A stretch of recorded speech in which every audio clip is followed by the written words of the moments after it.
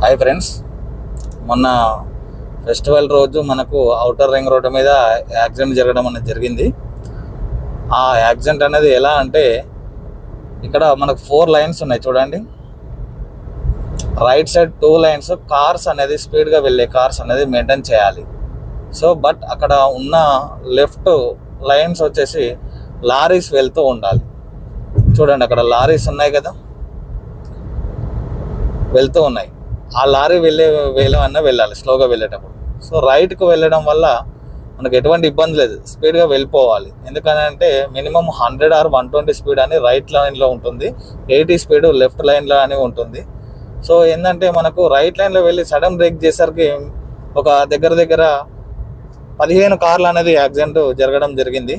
చూడండి, ఏ వెహికల్ ఏ లైన్లో వెళ్ళాలనో ఆ లైన్లో వెళ్ళిపోతూ ఉన్నాయి. సో మనం కూడా ఒక లైన్ ఎంచుకున్నప్పుడు కంటిన్యూగా ఒకటే లైన్లో వెళ్తే బెస్ట్.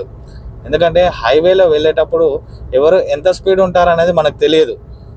ఎందుకంటే ఎవరి అవసరాలు ఎలా ఉంటాయో మనకు తెలియదు. కాబట్టి జస్ట్ కొద్దిగా నిదానంగా వెళ్ళే వాళ్ళు లెఫ్ట్కి వెళ్తే బెస్ట్. రైట్కి వెళ్ళే వాళ్ళు మాత్రం మినిమం స్పీడ్ మెయింటైన్ చేస్తూ ఉంటారు. కాబట్టి మీరు సెకండ్ లైన్లో వెళ్తే చాలా బెస్ట్ అండి.